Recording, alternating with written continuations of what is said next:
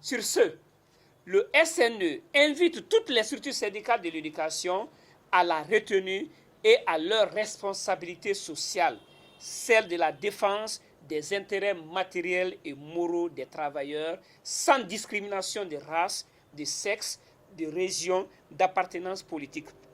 Car l'école de la République est laïque et apolitique.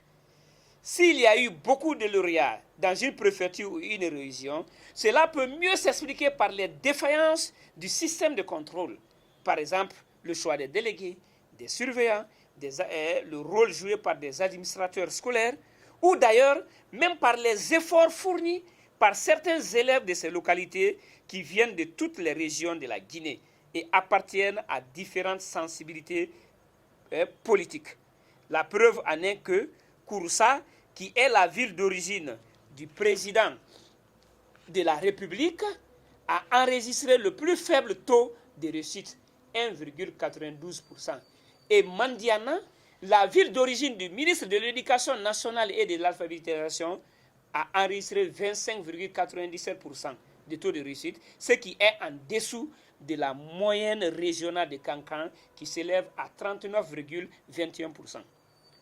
Pour preuve, ces candidats lauréats au bac et admis dans la région de Kankan stigmatisée sont d'autres régions.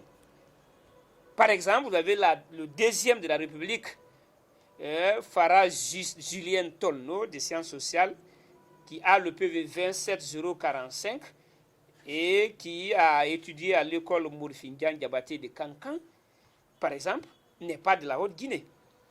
Le premier de la République en sciences expérimentales, Francis Kounoumou, par exemple, qui a le PV 10077, de Kissigiri, n'est pas aussi originaire de cette région.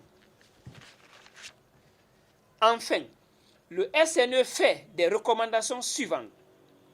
L'organisation des états généraux de l'éducation avec l'implication effective des vrais acteurs du système éducatif, parents d'élèves, partenaires sociaux, acteurs de la société civile, enseignants et autres.